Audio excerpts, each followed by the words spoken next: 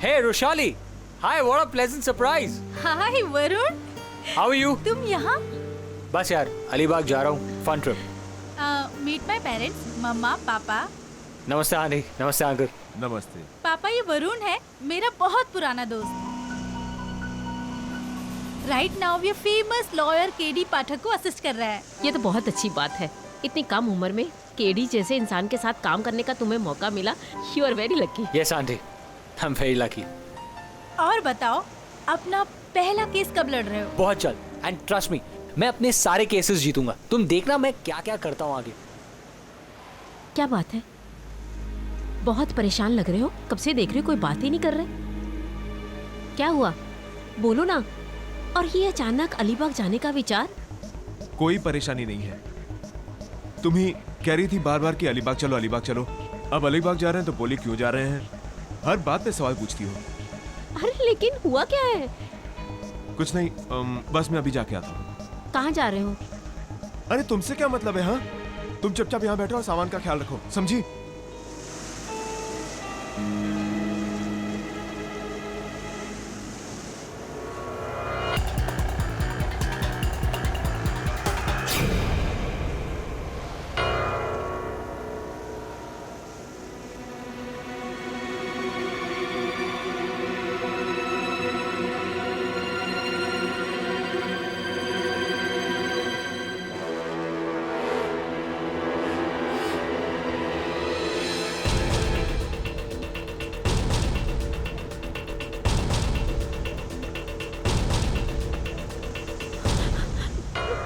क्या तुम्हारा दिमाग खराब हो गया क्या?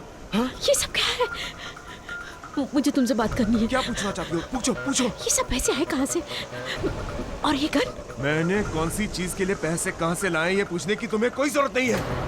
मैं ये जो कुछ कर रहा हूँ ये तुम्हारे लिए और अपनी बेटी के लिए कर रहा हूँ. गन? ये रुपए तुम बोलते? चुप करो.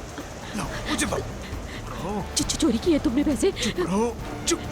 सच्ची बताओ, तुम बोलते क्यों नहीं? ये सब क्या हो चुप रहा है? बैठो, सब लोग देख रहे हैं. या बैठो.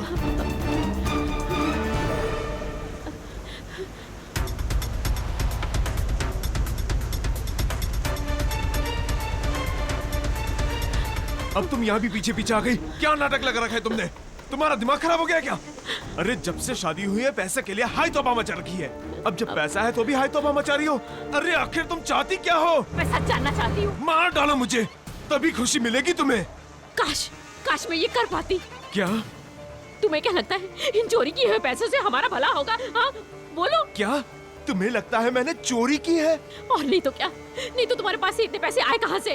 बोलो कहाँ से आए? हाँ रोशाली, क्यों हमारी जिंदगी रोशाली, सीधे से बताना क्यों? क्या हुआ? अच्छा. ऑल ओके, सब ठीक है? मेरी वजह से अब तुम्हारी जिंदगी बर्बाद हो रही है ना. लो लो, मार दो मुझे.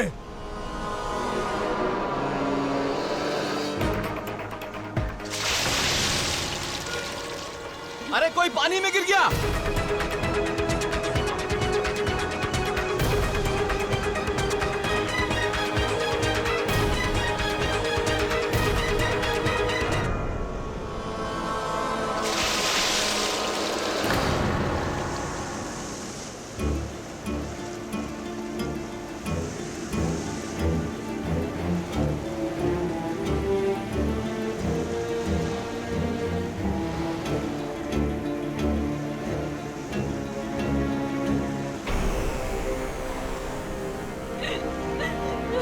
नीचे तो कुछ नहीं मिला. कुछ नहीं मिला साहब.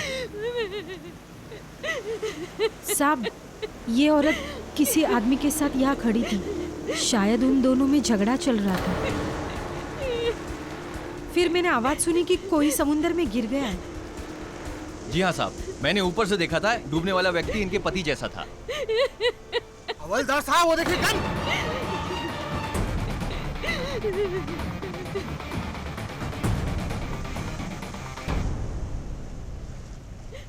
इसे अभी अभी गोली चली है. इसकी है गन. ये मेरे पति की गन है. लेकिन मैंने कुछ नहीं किया. सच सच बताओ. मैंने कुछ नहीं किया. मैं सच कहती हूँ, मैंने कुछ नहीं किया. ये बैग किसकी है? मेरे पापा का बैग है. अरे इसमें तो बहुत सारे नोट हैं. कहाँ से आया? मुझे कुछ नहीं पता, मुझे कुछ नहीं पता। मैंने कुछ नहीं किया, मेरा यकीन कीजिए, मैंने कुछ नहीं किया।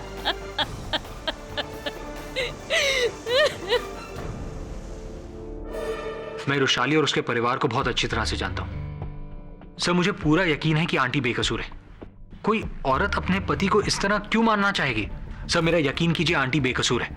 सर, एक बार प्लीज आप एक बार रुशाली की मॉम से मिल तो लीजिए। अगर आपको उनकी बातों में सच्चाई ना दिखी तो फिर आप उनका केस मत लीजिएगा, लेकिन एक बार मिल तो लीजिए। चल ठीक है, कहता है तो मिल लेते हैं। Thanks sir. तो अपने फ्रेंड के माँ के लिए इतना कह रहा है, पर तेरी फ्रेंड क्यों नहीं आई? सर, उसका फोन स्विच ऑफ है, पता नहीं वो कहाँ है। शायद अंकल की डेथ की वजह से वो डिप्रेस्ड है। चल। मैं अपनी बेटी की कसम खाती हूँ, मैंने कुछ नहीं किया। मुझे तो ये भी समझ में नहीं आ रहा कि वो सब हो कैसे गया। सुधा जी, सच तो ये है कि आपके पति की हत्या हुई है। आपने भले न की हो, किसी न किसी ने तो की है। किसी पर संदेह है आपको? वो कुछ दिनों से डरे डरे रहते थे, परेशान रहते थे, जैसे कोई उनका पीछा कर रहा हो। शादी के बाद से रुपए पैसों की कमी के कारण हम दोनों में झगड़ा हुआ करता था। वो बैंक में क्लर्क थे, जाहिर है पैसे की तो कमी थी ही, लेकिन फेरी में उस दिन उनके बैग में इतने सारे नोटों की गठियां देखकर और वो गन देखकर मैं तो घबरा गई। बस उसी बात को लेकर हम दोनों के बीच में झगड़ा भी हुआ था। अचानक इतने रुपए उनके पास आए कहां से? मुझे नहीं पता। अचानक इतने सारे नोट देखकर मुझे लगा उन्होंने कहीं बैंक से चोरी तो नहीं की, लेकिन अलीबाग जाने से पहले वो बैंक की नौकरी तो छोड़ चुके थे। वरुण, अगर बैंक में चोरी हुई है तो स्पष्ट है कि बैंक वालों ने रिपोर्ट लिखवाई होगी। पता कर जरा। Right sir. हाँ, तो मिसेस सुधा पुन्नीर, ये अदालत सबसे पहले आपसे ये जानना चाहती है कि 22 दिसंबर की रात जब आप अपने पति और बेटी के साथ अलीबाग जा रहे थे, तो क्या दोनों में कुछ झगड़ा चल रहा था किसी बात पे? जी। क्या वजह थी?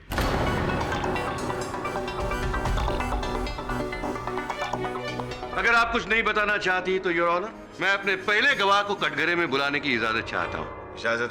राघव जी, 22 दिसंबर की शाम क्या आप उसी अलीबाग जाने वाली फेरी से सफर कर रहे थे जिससे दिनकर पुंडीर अपने फैमिली के साथ जा रहे थे? जी हाँ वकील साहब, मैं भी उसी बोट पर सफर कर रहा था। क्या आप अदालत को ये बता सकते हैं कि उस वक्त आपने क्या देखा, क्या सुना? दरअसल वकील साहब, मैं उस वक्त अपर डेक पर था और मैंने वहां से ऑब्जर्व किया कि पति और पत्नी के बीच में कुछ प्रॉब्लम चल रहा है। इनके पति ने दरअसल इन्हें उनके बैग को चेक करते हुए देख लिया था, जिससे वो बहुत नाराज हो गए थे और झगड़ा शुरू हो गया। क्या वैसे क्या था उस बैग में जिससे उन दोनों में झगड़ा शुरू हुआ? सर, शुरू में तो मुझे मालूम नहीं पड़ा कि उस बैग में ऐसा क्या था जिसको लेकर इतना बड़ा झगड़ा शुरू हो गया, लेकिन बाद में जब पुलिस ने तलाशी ली तो मुझे मालूम पड़ा कि उस बैग में काफी नोट थे। क्या वो यही बैग है? जी हाँ, यही बैग हो। आपके पति एक बैंक में मामूली से कारकुन थे, इतने सारे रुपए उनके पास कहां से आए? मुझे नहीं पता उनके पास इतने सारे पैसे कहां से आए। इसी बात को लेकर तो मेरा उनके साथ झगड़ा भी हुआ था। मुझे लगा कि शायद उन्होंने बैंक से चोरी किए पैसे। फिर तो आपको यह भी लगा होगा कि चोरी के रुपयों का कोई रिकॉर्ड होता नहीं है। पति को रास्ते से हटा और बैग में जितने सारे रुपए हैं उसे आराम की जिंदगी बिताओ। नहीं, अगर आराम की जिंदगी बितानी होती तो मैं उनके साथ झगड़ा ही क्यों करती। मैं तो यही जानने की कोशिश कर रही थी कि इतने सारे नोट उनके पास कहां से आए। अगर आपकी बात सच है तो बताइए, वहां जो गन मिली उस पर आपकी उंगलियों के निशान कैसे मिले? मेरा उनके साथ झगड़ा हो रहा था तो गुस्से में गन उन्होंने मेरे हाथ में पकड़ा दी।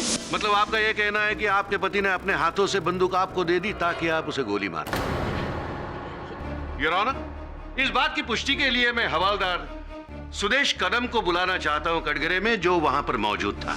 क्या इस गन को आप पहचानते हैं? जी हाँ, ये गन उसी लोअर डेक से मिला था और इसमें से गन पाउडर की स्मेल आ रही थी। इससे साफ हो जाता है किसी गन से गोली चलाई गई है। और तब मुझे समझ में आया कि डूबने वाले ने अपनी जान बचाने के लिए हाथ पैर क्यों नहीं चलाया, क्योंकि समंदर में धक्का देने के पहले उसे गोली मार दी गई थी।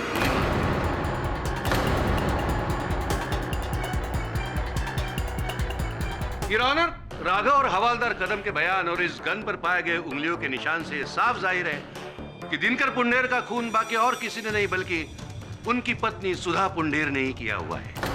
ये झूठ है, मैंने उनका खून नहीं किया। तो फिर इस बंदूक पर आपकी उंगलियों के निशान कैसे पाए गए?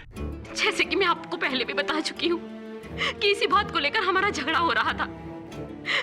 झगड़े के बाद वो बात को टालने के लिए नीचे उतर गए और मैं भी उनके पीछे पीछे नीचे उतर गई।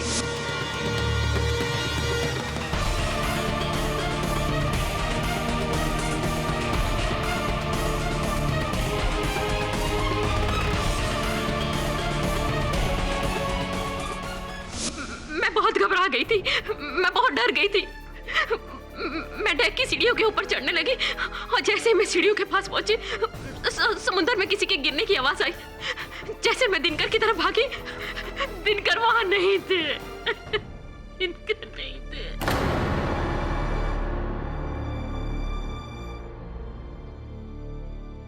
कहानी बहुत अच्छी बनाई आपने, लेकिन ऐसा कुछ हुआ नहीं।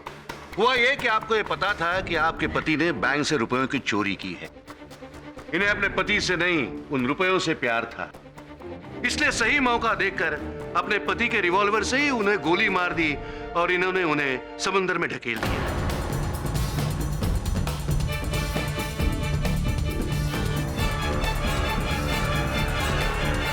लेकिन जल्दबाजी में वो गन इनके हाथ से छूटकर वहीं गिर गई और योर ऑनर, इन्होंने ये सब कुछ किया सिर्फ उन चुराए गए रुपयों के लिए।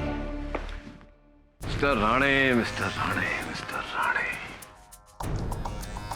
योर ऑनर, न जाने क्यों हमारे गुणवान राणे साहब इस केस को उन रुपयों से जोड़ने का प्रयास कर रहे हैं और ये साबित करने की कोशिश कर रहे हैं कि वो रुपए बैंक से चुराए गए थे। इनकी विचारधारा अशक्त है और इनकी दलील के विरुद्ध मेरे पास प्रमाण भी है योर ऑनर। आप कहना क्या चाहते हैं? मैं ये कहना चाहता हूं मिस्टर राणे कि आपकी दलील कि पुंधीर साहब ने अपने बैंक में चोरी की थी बिल्कुल निराधार है, क्योंकि बैंक का कहना है कि उनके यहां तो कोई चोरी हुई नहीं, उनका नकद का हिसाब ठीक ठाक है। और इसका प्रमाण योर ऑनर बैंक के अधिकारियों के बयान के रूप में आपकी मेज पर रखा हुआ है, आप स्वयं पढ़ सकते हैं। चलिए बात मान लेते हैं कि दिनकर जी ने बैंक से रुपयों की चोरी नहीं की, लेकिन इससे सुधा जी की बेगुनाही तो साबित नहीं होती। इसे यह साबित हो सकता है कि इन्होंने चोरी नहीं की, बस। सुधा जी पर तो अब भी आरोप लगा हुआ है कि इन्होंने अपने पति का खून उन पैसों के लिए किया। योर ऑनर, व्यक्तिगत रूप से तो मेरा भी यह मानना है कि इस हत्या का रहस्य उन रुपयों में ही कहीं छिपा हुआ है। इसलिए अति आवश्यक है हमारे लिए ये जानना कि आखिरकार दिनकर पुंडीर साहब के पास वो रुपए आए कहां से। सुधा जी, सोच विचार के बताइए, जब दिनकर जी ने बैंक की नौकरी छोड़ी और जब वो अलीबाग जाने की योजना बना रहे थे, उस समय में क्या आपने कुछ ऐसा देखा उनके व्यवहार में जो साधारण से बाहर हो? हाँ। एक दिन घबराए हुए से घर पे आए और बहुत डरे हुए थे। मेरे पूछने पर उन्होंने बताया कि कोई केस पे अदालत में गवाही देने वाले हैं और कोई तो उन्हें मना कर रहा है। ये बात उन्होंने मुझे बताई। इस बात को लेकर वो बहुत डरे डरे से थे, बहुत घबराए हुए से थे। Point to be noted your honour, किसी केस में दिनकर पुंधीर साहब किसी व्यक्ति के विरुद्ध गवाही देने वाले थे और उन्हें धमकी दी गई थी कि वो ऐसा न करे जिसके कारण वो घबराए हुए थे। हो सकता है कि उन्हें वो रुपए इसी कारणवश दिए गए हो। योर ऑनर, दिनकर पुंडीर किसके लिए, कब, कहां विटनेस की हैसियत से हाजिर रहने वाले थे, इसका इस केस से कोई ताल्लुक नहीं। मुझे लगता है योर ऑनर कि अदालत का ऐसे वक्त बर्बाद करने से बेहतर है कि हम अपने अपने मुद्दों पर बोले। और अहम मुद्दा यही है कि दिनकर जी और सुधा जी के बीच पैसों की वजह से ही झगड़े होते थे, जिसके अहम गवाह है उनकी अपनी बेटी रुशादी।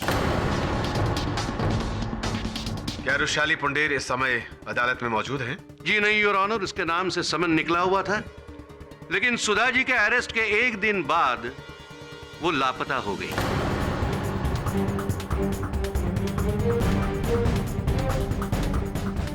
मैं कोर्ट से चाहता हूं कि रुशाली का पता लगाने के लिए पुलिस को सख्त से सख्त आदेश दे। योर ऑनर, मैं अभियोग पक्ष की इस दलील को पूरा समर्थन देता हूं। केवल इस कारण नहीं कि सुधा जी की लापता बेटी रुशाली इस केस में अहम गवाह बन सकती है, इस केस पर रोशनी डाल सकती है, खुलासा कर सकती है, बल्कि इस कारण भी कि दिनकर जी की मृत्यु के तुरंत बाद रुशाली का लापता होना कोई तो बात है योर ऑनर, कोई तो गहरा रहस्य छिपा हुआ है इसमें, और जब तक रुशाली मिल नहीं जाती, ये रहस्य खुल नहीं जाता, इस केस को आगे बढ़ाना उचित नहीं होगा। यह अदालत जल्द से जल्द रुशाली पुंडीर का पता लगाकर उन्हें अदालत में पेश कराने का हुक्म देती है। केडी सर, ये रही उस आदमी की डिटेल्स जिसके केस में दिनकर पुंडीर ने गवाही दी थी। संजय नार्वेकर। फौजरी का केस था सर, और दिनकर पुंडीर इसी केस में प्राइम विटनेस था। दिनकर की मौत के बाद पुलिस के लिए भी यह केस बंद हो गया। संजय नार्वेकर, वो तेरी दोस्त रुशाली का कोई पता चला? नहीं सर, रुशाली का कुछ पता नहीं चला। मैंने उसके दोस्तों से भी पता लगाने की कोशिश की, लेकिन किसी को पता नहीं कि वो कहां चली गई। योर ऑनर, मैं वो साक्ष्य अदालत के समक्ष करने जा रहा हूं जो ये साबित कर देगा कि दिनकर पुंडीर को मारने का उद्देश्य उनकी श्रीमती सुधा पुंडीर का नहीं, किसी और का था। ये किसकी बात कर रहे हो तुम केडी पाठक?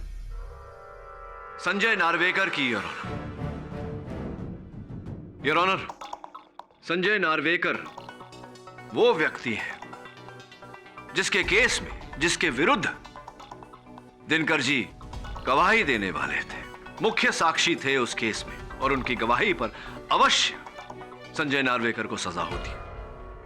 संभव है कि उन्हें गवाही देने से रोकने के लिए उन्होंने दिनकर जी को 10 लाख रुपए की रिश्वत दी हो, और रुपए देने के बाद भी संतुष्टि ना होने पर उन्होंने दिनकर जी को मार दिया। जबकि सच्चाई यह है कि संजय नार्वेकर नाम का कोई भी व्यक्ति उस फेरी पर मौजूद नहीं था। मौजूद थी तो सिर्फ सुधा पुंडीर। और इस बात की पुष्टि के लिए मैं और एक गवाह पेश करना चाहता हूं, उस फेरी के इंचार्ज मिस्टर महिपाल। जी हाँ सर, हर रोज की तरह मैं डेली रूटीन चेक कर रहा था, नीचे डेक से लेके ऊपर डेक तक। जब मैं नीचे से ऊपर की तरफ जा रहा था तो मैंने देखा कि इनके पति ऊपर से बड़े गुस्से से नीचे की तरफ आ रहे थे, और उनके पीछे इनकी पत्नी भी थी। दोनों के बीच किसी बात को लेकर काफी झगड़ा हो रहा था। फिर किसी के पानी में गिरने की आवाज आई और किसी ने आवाज लगाई। फिर मैं ऊपर से नीचे की तरफ भाग गया। फिर मैंने देखा कि ये वहीं खड़ी थी, लेकिन इनके पति वहां नहीं थे। इसका अर्थ ये हुआ महिपाल जी, अगर आपको आपत्ति ना हो तो राणे साहब, इसका अर्थ ये हुआ कि आपने स्वयं दिनकर पुंडीर को पानी में गिरते हुए नहीं देखा, ना ही सुधा पुंडीर को उन्हें ढकेलते हुए देखा। किसी दूसरे व्यक्ति ने आवाज लगाई, तब आपका ध्यान उस तरफ आकर्षित हुआ। क्या सही है? जी हाँ सर। तो कौन था वो व्यक्ति जिसने आवाज लगाई थी? ये राघव जी।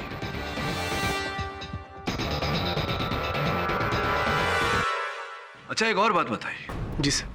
राघव जी ने अपने कथन में बताया था हमें कि एक बार पहले भी दिनकर जी नीचे गए थे लोअर डेक पे, और आपने कहा कि आप लोअर डेक पर ही थे, तो आपने वहां लोअर डेक पे उन्हें देखा था पहले, लड़ाई के पहले, हादसा होने के? जी जी जी जी बिल्कुल। क्या कर रहे थे उस समय?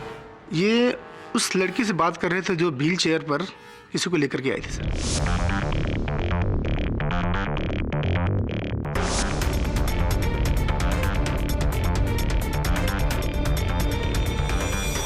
तो महिपाल जी, उस महिला के बारे में कोई जानकारी है आपके पास? नाम, अता, पता, कुछ भी? नहीं सर।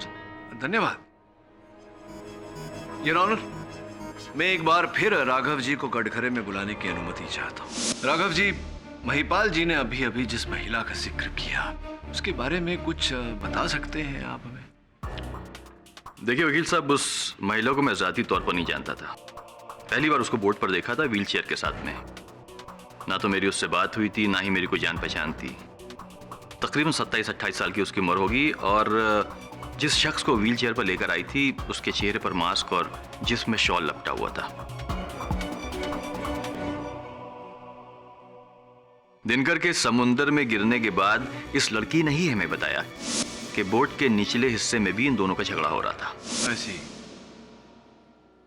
तो आप पहले व्यक्ति थे जिसने दिनकर जी को वहां समुद्र में गिरते हुए देखा। कैसे पता चला आपको कि वो दिनकर जी ही हैं? मेरा अर्थ है कि कितनी अच्छी तरह से जानते थे आप दिनकर जी को? कब से जानते थे? नहीं वकील साहब, मैं उसको पर्सनली नहीं जानता, बोट पर ही देखा था मैंने। कमाल है, आप दिनकर जी को जानते भी नहीं थे, उन्हें बोट पर देखा था, फिर भी आपने समुंदर की लहरों के बीच इतने अंधेरे में ये जान लिया कि वो दिनकर जी ही है। वकील साहब, मैंने जैसे आपसे कहा कि मैंने उसको बोट पर देखा, तो फिर मैंने उसको नीचे जाते हुए भी देखा था। ये तो आपकी निरीक्षण शक्ति की दाद देनी चाहिए मुझे। तो अगर आपने दिनकर जी को इतनी गौर से देखा था तो आपको याद होगा कि उस दिन उन्होंने क्या पहना था।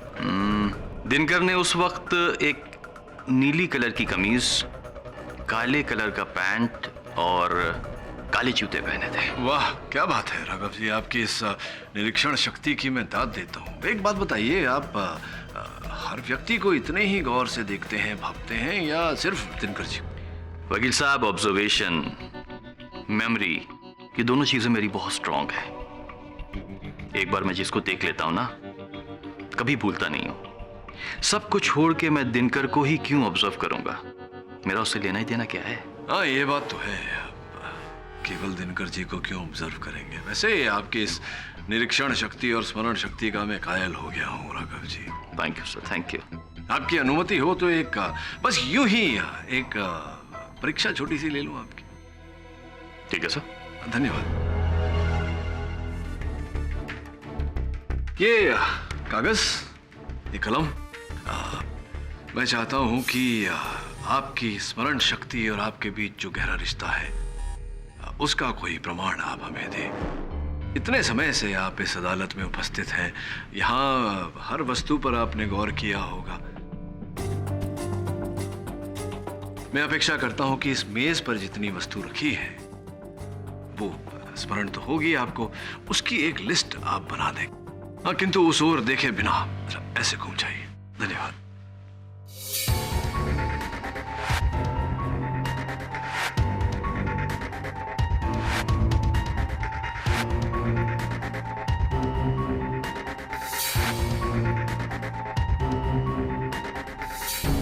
Yes sir. आइए, धन्यवाद। क्या बात है राघव जी, वाकई आपकी याददाश्त का कोई जवाब नहीं। बिना देखे ही आपने मेज पर पड़ी हुई हर वस्तु को क्रमांकित कर दिया।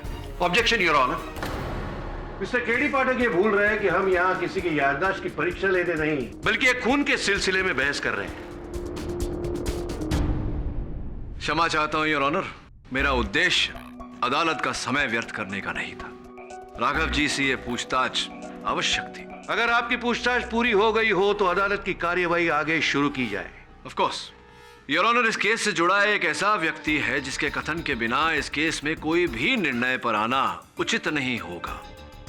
वो महिला जिसके साथ लोअर डेक पर दिनकर जी वार्तालाप कर रहे थे, वो इस केस की चश्मदीद गवाह है, आई विटनेस योर ऑनर, और उनकी कथन के बिना आगे बढ़ना उचित नहीं होगा। इसलिए मैं अदालत से दरख्वास्त करता हूं कि उन्हें अदालत में बुलाया जाए।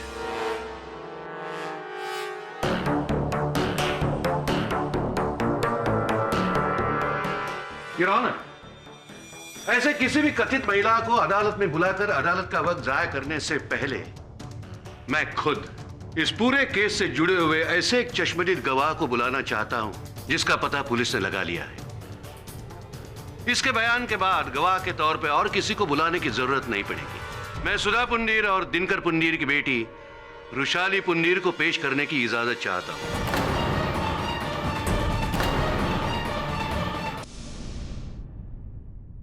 वृषाली जी, सबसे पहले आप अदालत से ये बताइए कि इतने दिन से आप कहां लापता थी? आप कोर्ट में हाजिर क्यों नहीं हुई? क्या इसलिए नहीं हाजिर हुई कि आप ये जानती थी कि आपके माताजी ने ही आपके पिताजी का खून किया है? क्या मैं सच नहीं कह रहा हूं?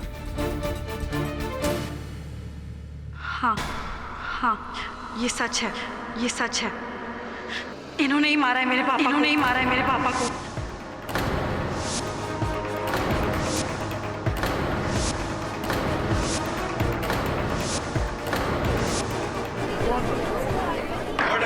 Silence please. वृषाली जी, ये मैं जानता हूं कि ये सारी बातें सामने रखते हुए आपको कितनी तकलीफ होती होगी।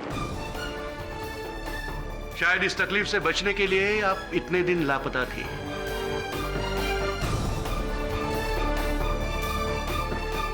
फिर भी अदालत के लिए यह जानना बहुत जरूरी है कि आखिर हुआ क्या था। हमेशा की तरह उस दिन भी मेरे मॉम डैड के बीच लड़ाई हो रही थी। फिर वो नीचे चले गए। मैं ऊपर के डेक पे रेलिंग के पास खड़ी थी। मैंने देखा कि वो दोनों नीचे के डेक पे रेलिंग के पास खड़े होकर झगड़ रहे हैं। और फिर मैंने अपनी मम्मा के हाथ में एक गन देखी। पर जब तक मैं नीचे पहुंची तब तक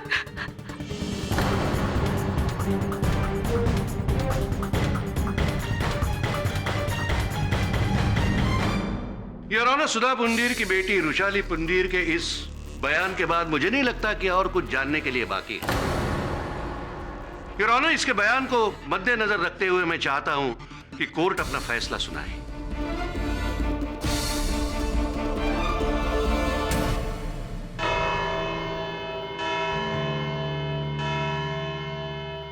यह अदालत मुलतवी की जाती है।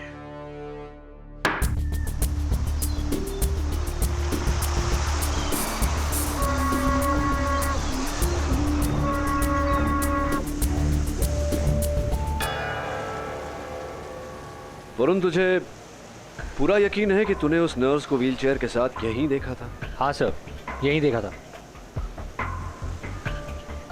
ये मार्क्स तो मुझे व्हीलचेयर के लग रहे हैं।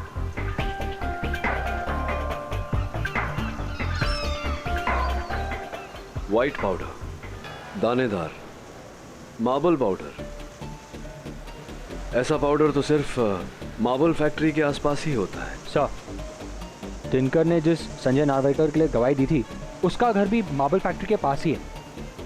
हाँ, अब तक का सार वरुण। दिनकर पुंडीर संजय नार्वेकर के केस में गवाही देने वाला था, जिससे संजय नार्वेकर को सजा हो सकती थी। और संजय नार्वेकर का घर मार्बल फैक्ट्री के आसपास है, जिसके पाउडर का निशान इस फेरी पर है। तो जाहिर से बात है कि नर्स के व्हीलचेयर से लगी है। प्रॉब्लम सिर्फ इतना है वरुण कि अब तक न उस नर्स का पता चला है और न उसके पेशेंट का। तू एक काम कर, ये पता लगा कि वो नर्स इस फेरी से अपने पेशेंट को लेकर अलीबाग के किस घर में गई थी।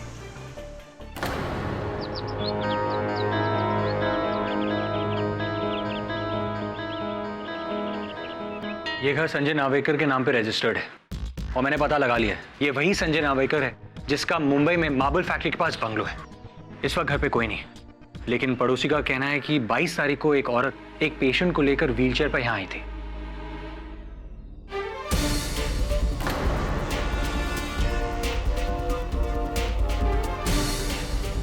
वरुण, तू एक काम कर, जाओ और यहाँ के पुलिस को सूचित कर, अपनी पहचान बिना बताए कि मैं यानी कि केडी पाठक इस केस के चश्मदीद गवाह को, जिसे सब खोज रहे हैं, उसे भगाने में मदद कर। क्या ये आप क्या कह रहे हैं sir?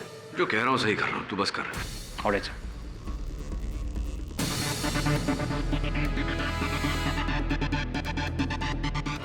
Your honour, Dinkar Pundir के केस में एक नया खुलासा हुआ है। दिनकर जी का मृत शरीर पुलिस को समुद्र से मिला है और पोस्टमार्टम रिपोर्ट से यह जाहिर है कि दिनकर जी की मृत्यु गोली लगने से ही हुई है। पहले उन्हें किसी ने गोली मार दी और फिर समुद्र में ढकेल दिया। राणे साहब बड़े नटखट हैं। योर ऑनर, राणे साहब अपनी सुविधा के लिए अदालत से एक बात छिपा रहे हैं। वो ये कि फोरेंसिक्स रिपोर्ट के अनुसार जो गोली दिनकर जी के मृत शरीर से पाई गई, वो गोली इस बंदूक से, यानी कि जो बंदूक पुलिस ने फेरी पर से बरामद की थी, उस बंदूक से नहीं चलाई गई थी। इसके चलते प्रोसिक्यूशन का आरोप कि मेरे मुवक्किल ने सबसे पहले अपने पति को गोली मारी, उसके बाद उन्हें समंदर में ढकेला, ये आरोप बेबुनियाद है योर ऑनर, निराधार है। अगर केडी पाठक को अपने क्लाइंट के बेगुनाही पर इतना ही भरोसा है तो क्या केडी अदालत को यह बताने की कोशिश करेंगे कि इस वारदात के चश्मदीद गवाह को वहां से उन्होंने भगाने की कोशिश क्यों की? क्या कह रहे हैं आप? अच्छा, आपने अगर ये नहीं किया तो क्या आप बताएंगे कि अलीबाग के संजय नार्वेकर के घर आप क्यों गए थे? मैं? हाँ, संजय नार्वेकर? योर ऑनर, मैं तो आज तक जीवन में कभी अलीबाग नहीं गया, अलीबाग देखा भी नहीं मैंने। आप वहां गए थे? मिथ्या है योर ऑनर, झूठ बोल रहे हैं। आप वहां गए थे? अरे कभी गया था? किसने कहा गया था? और वहां इस वारदात के चश्मदीद गवाह को वहां से बाहर जाने के लिए आपने कहा, और इसकी सूचना अलीबाग के पुलिस को किसी मुखबिर ने दी थी। चश्मदीद गवाह की गवाही किसी मुखबिर ने पुलिस को दी थी? योर ऑनर, राणे साहब शायद भूल रहे हैं कि अदालत है, यहाँ हर बात की पुष्टि होनी चाहिए, प्रमाणित होनी चाहिए, कोई साक्ष्य होना चाहिए, सबूत होना चाहिए। है योर ऑनर, फिंगरप्रिंट्स एक्सपर्ट को कटघरे में बुलाने की मैं इजाजत चाहता हूँ। क्या आप बता सकते हैं कि आपको संजय नार्वेकर के घर से किन लोगों के फिंगरप्रिंट्स मिले? संजय नार्वेकर के घर से हमें 4 लोगों के फिंगरप्रिंट्स मिले थे। पहला उस घर के मालिक यानी संजय नार्वेकर का था, दूसरा उस बीमार आदमी का जिसे मुंबई से अलीबाग लाया गया था यानी मधुकर मोरे जी का, तीसरा नर्स अपर्णा का, और चौथा मिस्टर केडी पाठक का। ये रहे फिंगरप्रिंट्स की कॉपी सर। असंभव है यार ऑनर, इट्स इम्पॉसिबल, एक हो ही नहीं सकता। संजय नार्वेकर के अलीबाग सर देखिए राणे साहब है, आप जगह देंगे तो please please please go ahead. Sir एक बात बताइए, ये हर फिंगरप्रिंट के ऊपर व्यक्ति का नाम लिखा हुआ है जिसके फिंगरप्रिंट्स ये हैं। अगर ये नाम मैं छिपा दूं तो क्या आप इन फिंगरप्रिंट्स को आइडेंटिफाई कर पाएंगे? जी नहीं, उसके लिए मुझे मैग्नीफाइंग ग्लास की जरूरत पड़ेगी। Yes of course, of course. Varun, thank you. हाँ सर, ये लीजिए मैग्नीफाइंग ग्लास, ये 3 सेट ऑफ फिंगरप्रिंट्स। बताइए।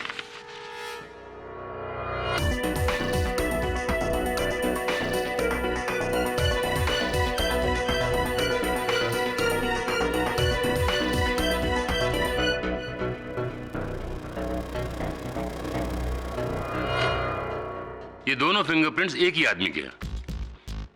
ये दोनों फिंगरप्रिंट्स एक ही व्यक्ति के हैं तो स्पष्ट है कि इनके ऊपर जो नाम होगा वो एक ही व्यक्ति का होगा। Sure sir. मधुकर मोरे, दिनकर पुंदीर। ऐसा कैसे हो गया सर? क्योंकि विश्व का बच्चा बच्चा जानता है फिंगरप्रिंट अंकल कि 2 अलग अलग व्यक्ति के एक समान फिंगरप्रिंट्स नहीं हो सकते। एग्जैक्टली। मेरा प्रश्न ये है योर ऑनर के पुलिस के अनुसार दिनकर जी की मृत्यु 22 दिसंबर को हुई थी। अगर उनकी मृत्यु 22 दिसंबर को हुई थी तो संजय नार्वेकर के अलीबाग वाले घर पर 26 दिसंबर को उनकी उंगलियों की छाप कैसे पड़ सकती है?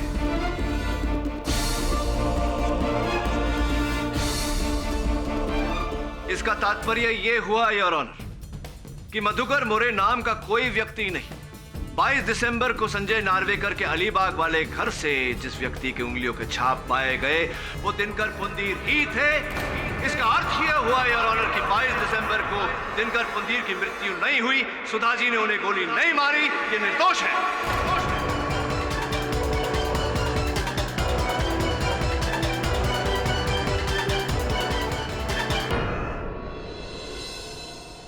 ऑब्जेक्शन योर ऑनर, इन फिंगरप्रिंट्स की पूरी तरह से जांच करने से पहले यह कहना मुश्किल है कि दिनकर पुंडीर और मधुकर मोरे के फिंगरप्रिंट्स आपस में मैच करते हैं। मुझे पूरा भरोसा है योर ऑनर कि अपने क्लाइंट को बेगुनाह साबित करने के लिए केडी पाठक ने चली हुई ये नई चाल है, लेकिन इस चाल को नाकामयाब करने के लिए मैं ऐसे गवाह पेश करना चाहता हूं जिन्हें भगाने की कोशिश केडी पाठक ने की थी।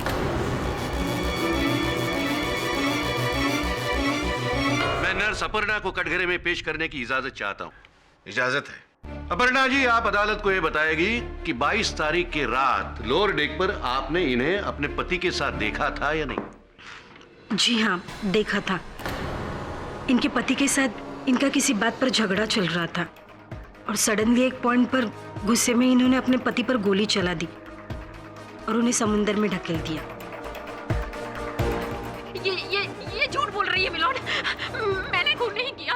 झूठ कितनी भी जोर से बोला जाए, झूठ झूठ ही होता है। योर ऑनर, सारे सबूत और सारे गवाह एक ही तरफ इशारा कर रहे हैं कि सुधा जी ने ही अपने पति का खून किया है। योर ऑनर, अगर राणे साहब को आपत्ति ना हो तो मैं नर्स जी से कुछ प्रश्न करने की अनुमति चाहता हूँ। इजाजत है। Try your luck. हाँ तो नर्स जी, संजय नार्वेकर जानती थी आप उन्हें? जी नहीं, मैं उनसे कभी नहीं मिली। कभी नहीं मिली? बड़ी आश्चर्यजनक बात है कि जिस व्यक्ति से आप कभी मिली नहीं, जिसे जानती भी नहीं थी, एक रोगी को लेकर आप उनके घर चली गई। ऐसा कैसे हो गया? देखिए, मैं एक नर्स हूँ। मुझे पेशेंट को अलीबाग के एक एड्रेस पर पहुंचाने के लिए कहा गया था, सो मैंने पहुंचा दिया। ये बताइए कि हत्या की तारीख पर उस फेरी के लोअर डेक पे निचले हिस्से पर पुंधीर साहब आपसे मिलने आए थे, आप दोनों मिले? नहीं तो वो मुझसे मिलने के लिए क्यों आएंगे?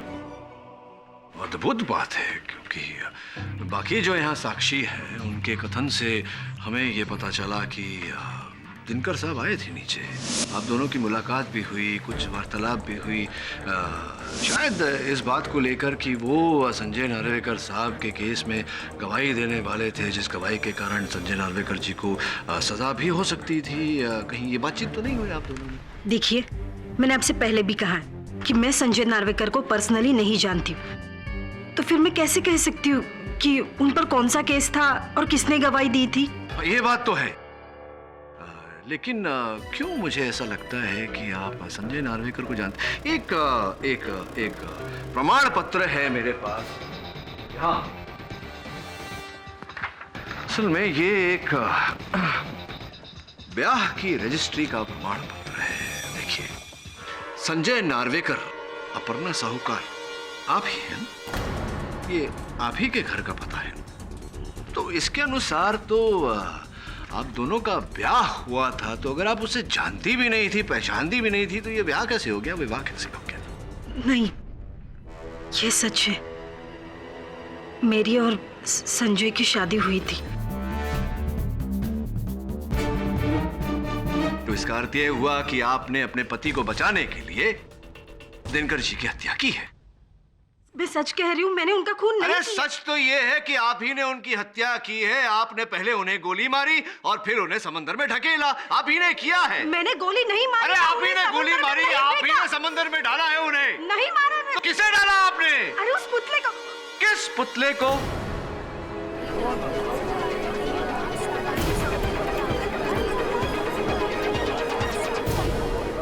Order order. अपर्णा जी, क्यों कोई किसी पुतले को समुद्र में डालेगा? क्या आवश्यकता पड़ गई आपको उस पुतले को समुद्र में डालने की? क्यों डाला आपने उस पुतले को समुद्र में? उस दिन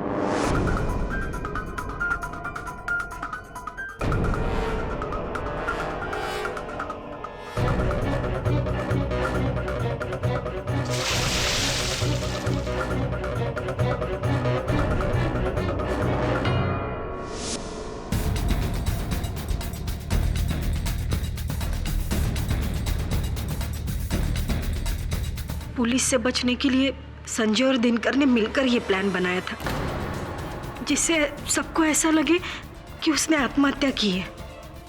इसीलिए उस दिन वो नीचे डेक पर मुझे मिलने के लिए आया था, लेकिन उसी वक्त उसके पीछे पीछे आकर सुधा ने हमारा प्लान खराब कर दिया और उसके केस में फंस गई ये। बस बस बस बस बस, मैं समझ गया कि क्या हुआ। ये प्लान बना और आपने संजय को अपना रोगी बनाकर व्हील चेयर पर बिठाकर संजय नार्वेकर के अलीबाग वाले घर में पहुंचाकर वहां उसकी हत्या की। Very simple. नहीं, मैंने उसका खून नहीं किया। तो किसने किया है फिर? मुझे नहीं पता। आपको पता नहीं कि उसकी हत्या किसने की, जबकि आप वहां थी, उपस्थित संजय नार्वेकर के घर पर। मैं आपसे सच कह रही हूँ, मैंने उसका खून नहीं किया। तो किसने किया? मुझे नहीं पता। कैसे नहीं पता? क्या संजय जी ने किया? क्या हो सकता है, क्योंकि आप और संजय जी थे सिर्फ वहां, और दिनकर जी की मृत्यु तो हो चुकी, तो या तो आपने किया या संजय जी ने किया। संजय जी ने? हाँ, शायद संजय जी ने किया हो। योर ऑनर, एक नहीं अनेक मिथ्या है यहाँ पर। अपर्णा जी वहां उपस्थित थीं, पर कह रही हैं कि इन्हें इस मामले में कुछ नहीं पता, हत्या इन्होंने नहीं की। हो सकता है कि संजय नार्वेकर ने हत्या की हो। स्पष्ट है योर ऑनर कि मिथ्या में से सत्य को निकालने के लिए संजय नार्वेकर जी का कथन बहुत ही जरूरी है। मैं उन्हें अदालत में बुलाने की अनुमति चाहता हूं। केडी, तुम जानते हो कि संजय नार्वेकर यहाँ उपस्थित नहीं है, फिर अदालत का वक्त क्यों जाया कर रहे हैं? राणे साहब, कमाल करते हैं आप। इतने वर्षों से मैं एक ही बात कह रहा हूं कि जो होता है वो दिखता नहीं, और जो दिखता है वो होता नहीं। तो हो सकता है कि इस उदाहरण में जो हमें दिखाई नहीं दे रहा वही हो। योर ऑनर, हो सकता है कि संजय नार्वेकर इसी अदालत में हो। क्यों राघव जी? अरे रुकिए रुकिए रुकिए रुकिए, आइए तो जरा यहाँ। इतनी शीघ्रता से कहां चले? जरा अपना परिचय तो करवाने का मौका दीजिए। योर ऑनर, राघव जी उर्फ संजय नार्वेकर। संजय नार्वेकर।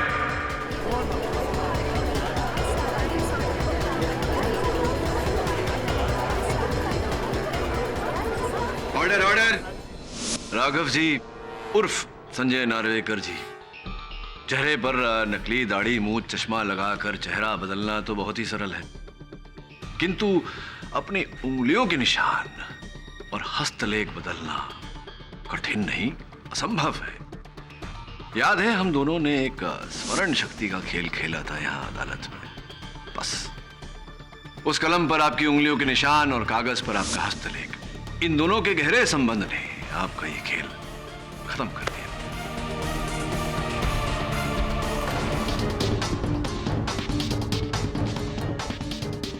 जी हाँ मिलोड, जी हाँ मिलोड, मैंने ही दिन का कत्ल, मैंने ही दिन का कत्ल।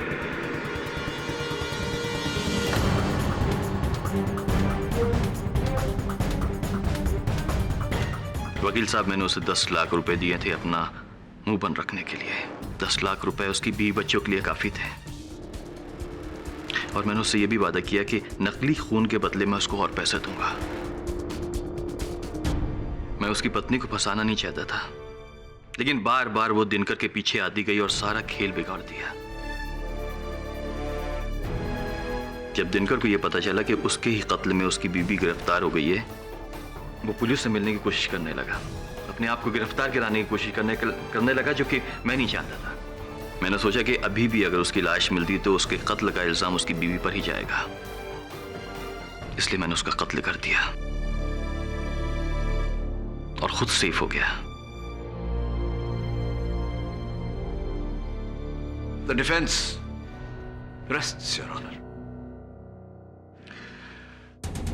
सारे सबूतों और गवाहों को मद्देनजर रखते हुए यह अदालत सुधा पुंडीर को बाइज्जत बरी करती है। संजय नार्वेकर और उनकी पत्नी अपर्णा नार्वेकर के खिलाफ हत्या का केस चलाने का हुक्म देती है। The case is closed.